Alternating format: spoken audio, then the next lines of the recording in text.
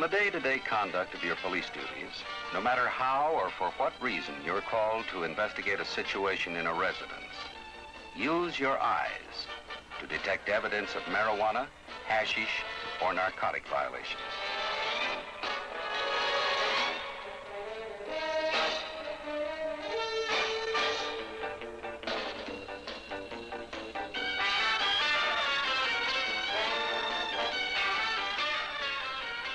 In one sense, you might say a room is like a field investigation report or a booking sheet.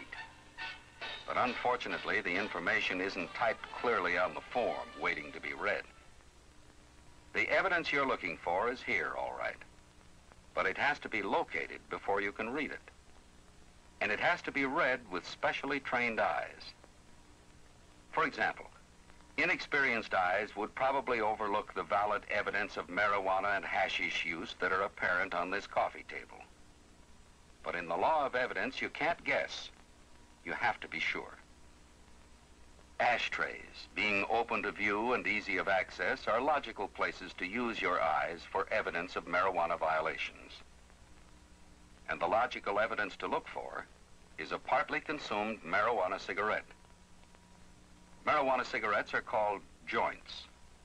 One that has been partly smoked is called a roach.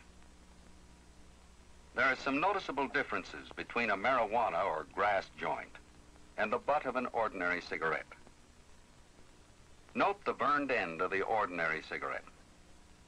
Cigarette tobacco contains a burning agent that keeps the tobacco ignited and burning smoothly. Result, fine gray ash and an evenly burned end. Marijuana has no such burning agent mixed with it. Therefore, it's hard to keep lit. It burns unevenly and generally ends up as a scorched, irregularly burned butt. Note this burned hot spot in the paper. Unrefined marijuana, called unmanicured, often contains seeds. Marijuana seeds burn very hot, often exploding like tiny bombs through the paper.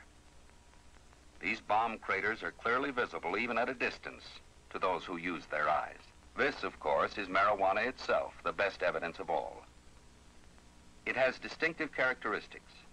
Learn them. Use your eyes. It also has a distinctive aroma, so use your nose as well as your eyes. Marijuana has a sweet, musty odor that is easy to identify. Knowing this, pot smokers often try to hide the telltale fragrance of grass smoke by burning incense in the room. Therefore, the presence of incense or incense burners in a room should be noted.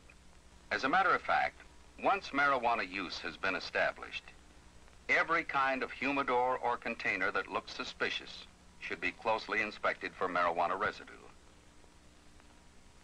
This is a $100 block of hashish, a stumbling block that may trip unsuspecting marijuana smokers and send them tumbling into the horrors of hard narcotic addiction.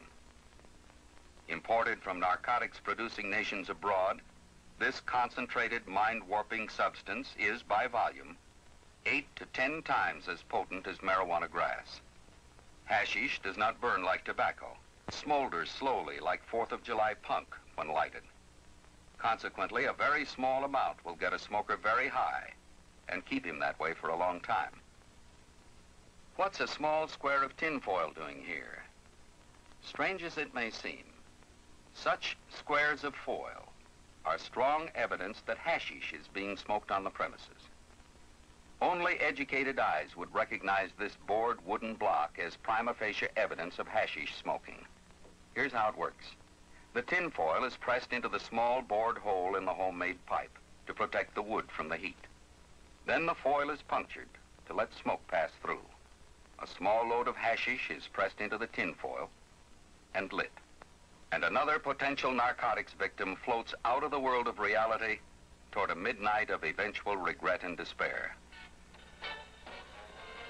So, no matter how or for what reason, in the day-to-day conduct of your police duties, you are called to investigate a residential situation, use your eyes.